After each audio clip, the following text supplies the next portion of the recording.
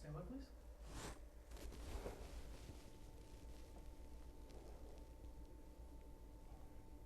Forward. Welcome to Community Watch. When I was a kid, when I grew up, I wanted to be a fireman. No, I'm just joking, but a lot of kids do want to be firemen when they grow up. But not just a fireman, but what does it mean to be the top fireman or woman? Today we will discuss that, so stay with us right after this. Your life is filled with opportunities to show the world you can take charge. It's waking up each day with a mission. It's working each day toward a goal. It's choosing to rise. It's charging forward with a purpose. It's changing the course of your life and taking charge of your future.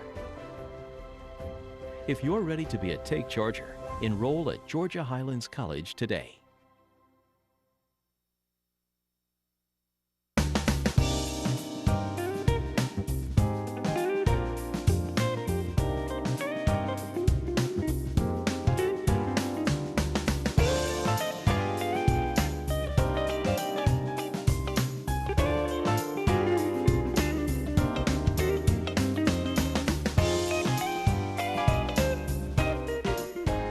Welcome to Community Watch. Greg, Doc, how you doing? fine, brother. I know you wanted to be a fireman when you grew Now, up. why do you think that? Because you're a do-gooder. When I think of firemen and police, I think of people who want to do good. And you fall into that category, I think. So I can see you as a young man walking, running around with your fireman hat saying you wanted to help save people. I don't remember that, but I'm not going to rule it out. Okay. It's possible. It's possible. But I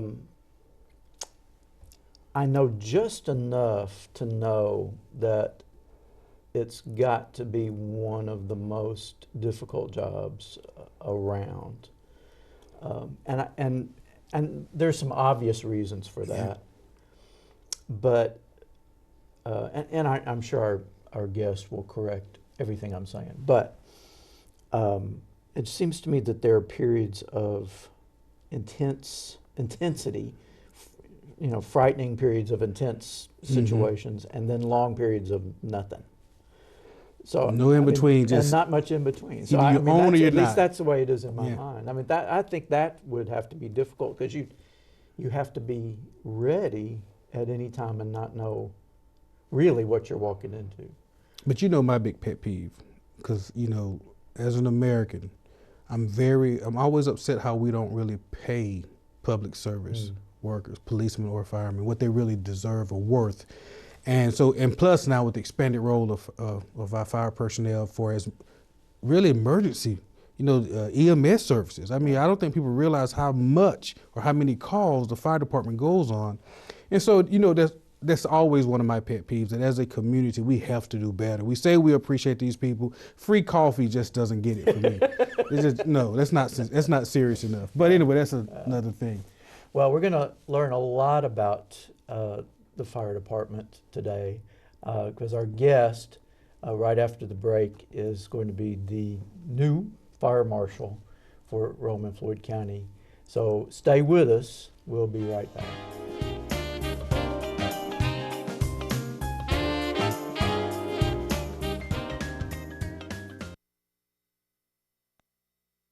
Open road, here comes the Heffley family. Whether it's a short trip or a long haul, Estimated time 47 hours. they will beg, You're hungry? I'm happy to provide. they will plead. Deep fried butter on a stick.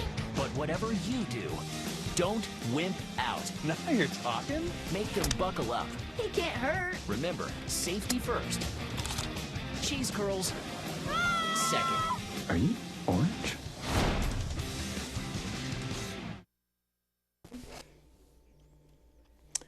Welcome back to Community Watch. We're very happy to have with us today Fire Marshal Mary Catherine Chewning.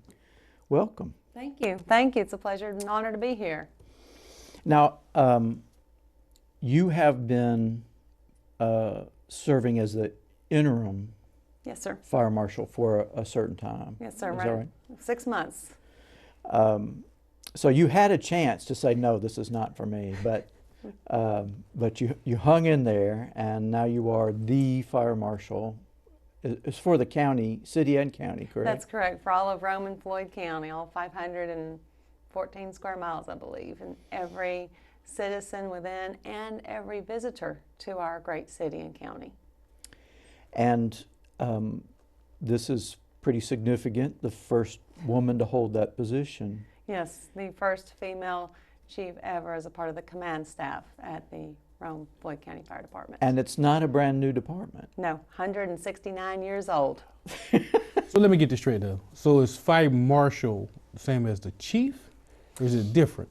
It's a little bit different. It is the equivalent of a chief's battalion chief's rank, Okay. but the head chief is Chief Troy Brock. He's in charge of our entire department. Then we Okay. have division chiefs, deputy chief, then division chiefs. Okay. But yes, it is. My title is fire marshal, but it is a chief's rank. Yes.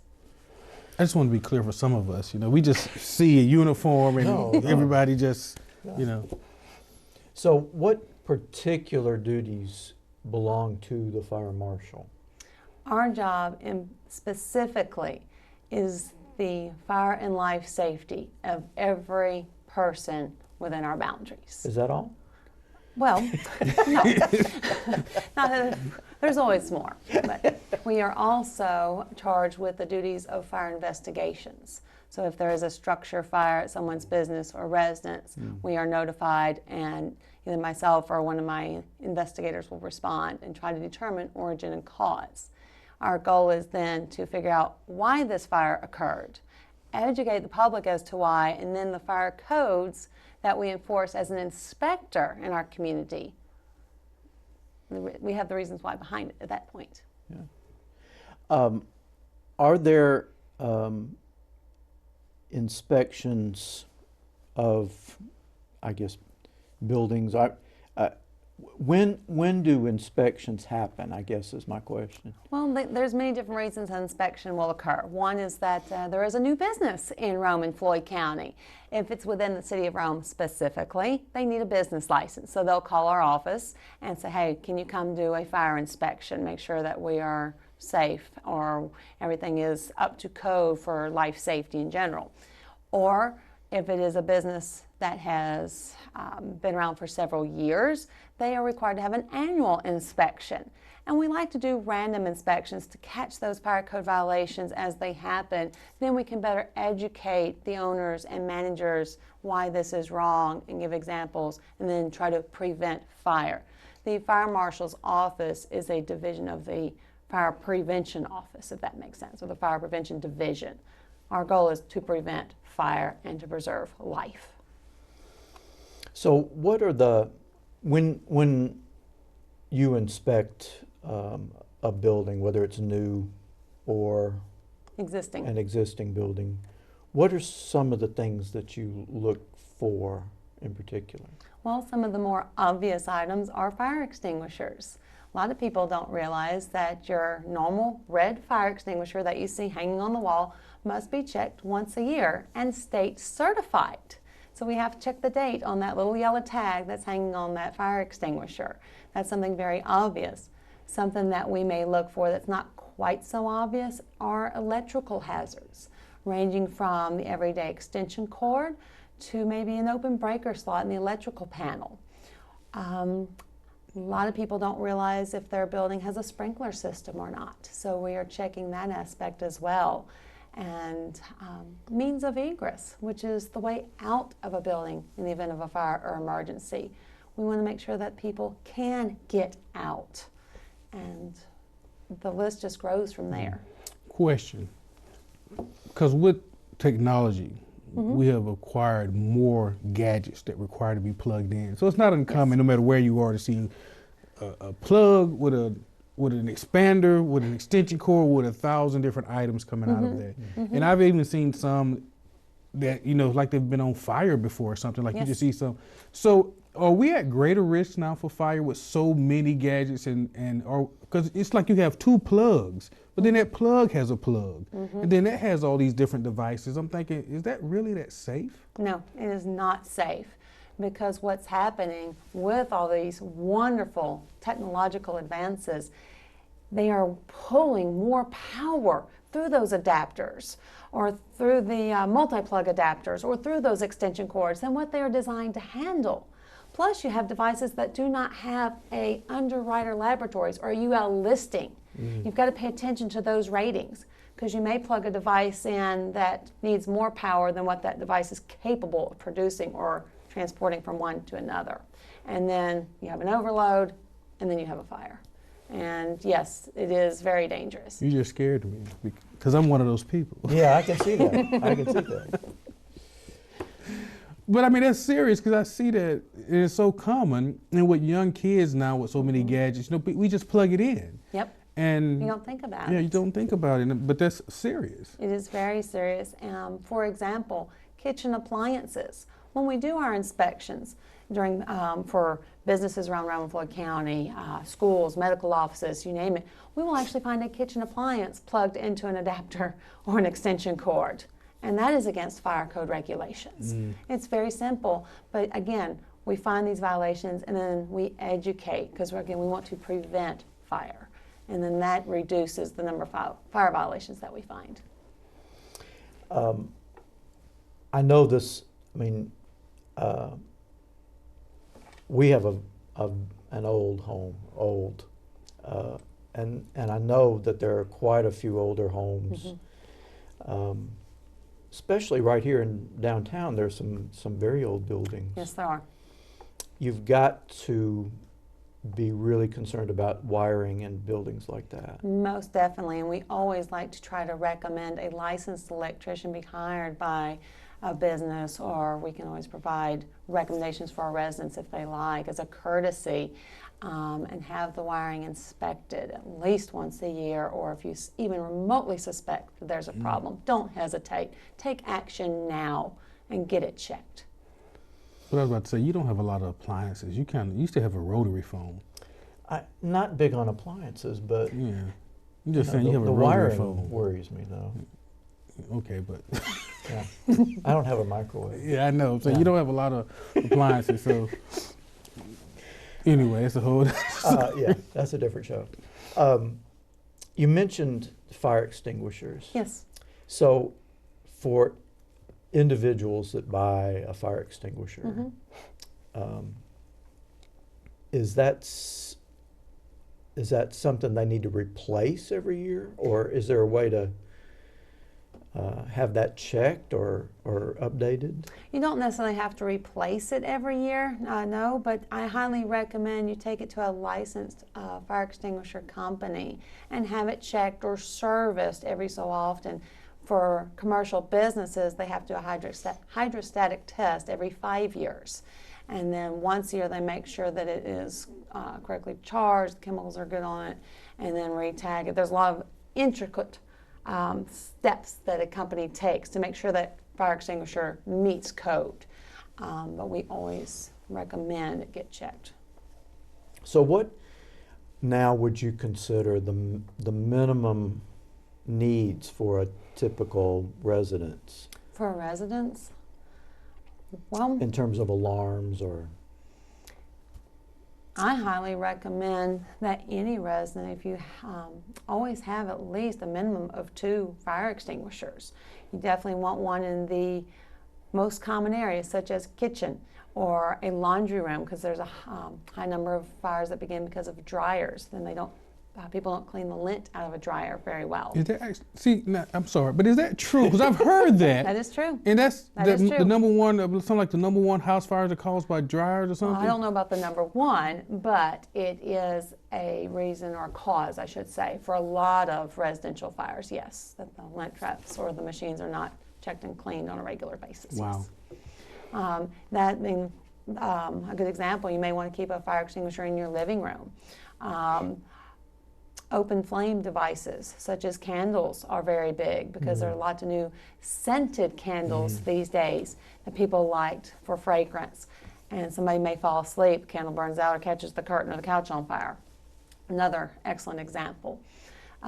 Kitchen fires, depending on what is cooking, and I'm one to speak because I'm a horrible cook, but if you have a grease fire, if you're cooking French fries or something, I like to use that example, you need a completely different type of fire extinguisher called a Class K.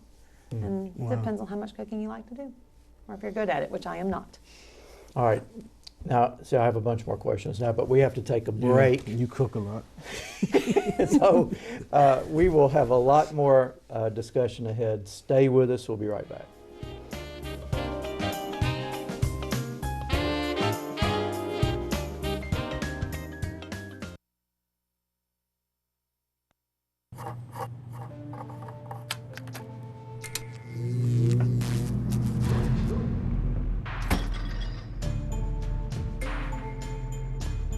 Traditional light bulbs actually generate 9 times more heat than light. Switch to Energy Star light bulbs, and you'll realize just how much cash you were really burning through.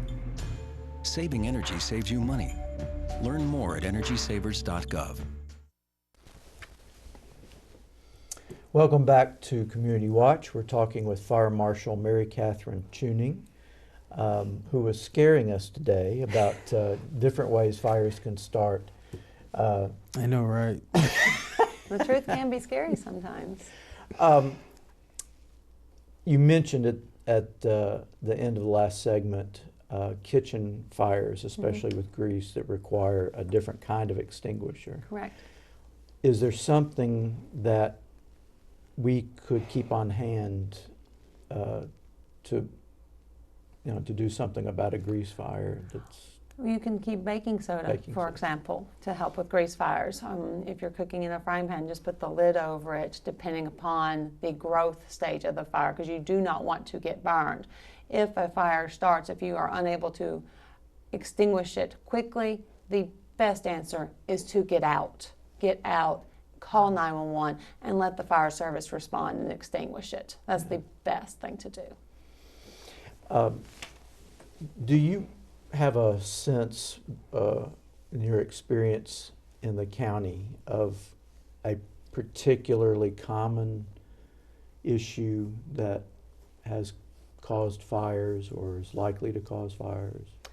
A lot of it depends on the time of year, actually, and this is for both the City of Rome and Floyd County. During winter months, for example, space heaters, portable space heaters, will cause fires because of inappropriate use. For example, plugging them into extension cords or setting them on top of something combustible like paper or magazines, or on carpet that is torn and disheveled, because in those little fibers that are separated, they're going to have a lower ignition temperature. A lot of people have a portable space heater too close to their bed, or clothing will be too close to the heater. And I believe last winter I worked 3 or 4 residential structure fires just because of a portable space heater used inappropriately. Wow. But I And can those see were that. fires that could have been prevented easily. And again, that's one of our goals, is to, again, take this information and pass it along to the public. And we also have a training division at the Rome Fire Department, and we have 2 educators that actually take this information and go out to our schools. They go out to different facilities, including community groups or nursing homes, and say, hey, this is what's happened, this is why we're here, to educate you on how to prevent fire. And they actually take our own statistics, not just state and nationally, but local as well. Do you think we just take it for granted, our fire safety? Sometimes, because it's not on the forefront of our minds. Because I know I visited people and like they take out their battery on their smoke detector because it's beeping, things of that nature. You know, you just kind of take it for granted. I just wonder how many fires really we're not taking it serious enough. And that is a huge problem. And a lot of times, such as when a battery is removed, oh, I'll get back to it later. And then later never happens, and then a fire occurs. And then in that particular case, the occupant did not have early notification that there was a problem. And then they get hurt, or worse, they pass away and they die in the fire. Well, slightly different question. It must be significant to you to be the first woman in your position ever in the county. It is. And you know, and, you know, we've had I think quite a few women in positions of leadership in the county. So in a lot of ways, Floyd County has been progressive Very. more than other counties. But still, the first in 169 years, It's an achievement. that's something. It is absolutely an achievement. And to know that I've had the support of the members of my department and the chiefs and the members of the community in all aspects has just been humbling. It is just amazing. And I look forward to this challenge. And I am so excited to be able to continue this progressive nature for Rome and Floyd County and to make us even better. That's so important. I mean, I know as men sometimes we kind of take it for granted, but it is important for people to see themselves in different positions, and for young girls and young boys to see a fire marshal that's a female. It is important, and we do need to acknowledge that, because we like to see ourselves in different capacities. And Sure. and Rome and Floyd County, I do think we have been showing over the years, despite some of the attitudes of some of our brothers and sisters, we consistently show that we're ready to move forward. Not at a pace fast enough for me, but we are moving forward. You know, so hey, progress is progress. And a lot of times it just takes a lot of studying and hard work and dedication. You just don't give up. Just keep working at it. And you would know better than we do, but viewing from the outside, it seems to me that our emergency management, the larger organization, seems to work together really well. Yes, we are most fortunate here in Rome and Floyd County that all our first responders and agencies work together as a cohesive unit. It is amazing, which is, I can't say enough about it. And it seems like we have meetings quite frequently, but because of our pre-planning, which is why we have the response that we do to help our citizens. Now you may know this, but or you may not be in your department, because I'm learning there's different departments, different divisions. How many EMS calls do the fire department take? Because I know that's a huge tax on the fire department. A couple of years ago, through foundation camp, we had the fire department out there, and I can't remember now, but it was a huge number of calls that y'all get called out on that are not fire related, but 911 calls for like heart attacks and stuff. So how many calls do you know roughly y'all go out on? Well, I can tell you that last month, for example, the Rome Fire Department answered 588 calls. And of that number, I believe it was right at half or just over were medical calls. That does not count fire, that does not count public assist or car wrecks, for example, with or without injuries. So a large portion of what we do is respond to a medical call and assist EMS for things ranging from allergic reactions to cardiac arrest, heart attacks. So in saying that, so when we talk about fire personnel, really we're not being fair, because if I'm correct, most of y'all are cross-trained. We are, absolutely. We have EMTs and paramedics, and we try to have at least one EMT on every truck, including we have 2 squad trucks for that purpose, and they usually at least have, we try to have a paramedic as well. I didn't know that. Well, you knew enough to ask the question. Well, I learned that. And I was amazed. I'm like, wow, so y'all go on more calls sometimes probably than some of the other people. That's their job. But we don't think about fire personnel as part of that. Well, I'm curious, how do the calls get directed to you?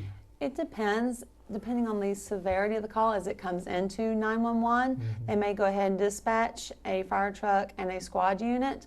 Or, for example, either Floyd or Redmond EMS may be extremely busy, just maybe a high call volume day, and there may be an extended response time for one of the ambulance services. So they may dispatch fire service to give faster medical aid to the person that needs it. So there's a lot of that sometimes. It just depends. If we have a call that someone believes they are having a heart attack or a stroke, those type of medical calls, they are very time sensitive. The sooner we can get help to them, the better chance that person has of survival and recovery. And that is a key point of why we do what we do. So Is it even appropriate to say fireman anymore? I mean, Probably not. probably not. But that's another show too. That's but okay. That just suddenly occurred to me. Yeah. Do we have enough personnel in the county to cover what we need? I mean, do we need to hire more? I mean, do we need to encourage more people to get into that profession? To apply? apply. Absolutely, we do. Our department is about 169 strong. However, right now we have at least 10 vacancies. And we are starting a hiring process right now. We sure are. We're fixing to have another rookie school. I'm not sure when the official start date is, but it'll be coming up very soon. I'd say soon, 2 to 3 months out after everything is over and said and done. What are the requirements for a rookie in terms of education or experience? Have to at least have a high school or a GED equivalent of a diploma. The more education you have, there's more incentive here with the City of Rome. You have to be able to have a driver's license, got to be able to drive, and U.S. citizen, of course, and I believe those are the basics. There are probably a few others that I can't remember at the moment, but those are the bare minimums. So there's plenty of people that could qualify. Not that they could make it through, because it's not an easy process. No, it is not an easy. There's of course written testing. There is an interview. The Rome Fire Department also has a physical agility test that an applicant must pass before they complete the entire hiring process before rookie school. They also must be in good legal standing. That might be important. Yes, most assuredly. You cannot be, let's see, now minor traffic offense, that's not going to hinder a person normally. If you have a suspended driver's license, that could be an issue. Convicted felon could be an issue, but we are an equal opportunity employer, so we will look at all applications that come through. You know, I attended a graduation of a former student earlier this year in Atlanta, and I had never attended a graduation of that type, but I was so impressed by the ceremony and the I guess how many families came to see that graduation. But I got the feeling from that event that firemen and women are a true family. And is that the case here as well? It absolutely is, because when I first joined the fire service, I was amazed at the family atmosphere. I can't speak enough about it. I mean, it makes, almost in the sense that it is such the family atmosphere, it makes it a better working environment because everybody knows each other, everybody's working together as a better team. And you can laugh and cut up and have a good time, but when that tone hits, everybody goes straight into work mode. We've got to take another break here, but we'll be right back, so stay with us.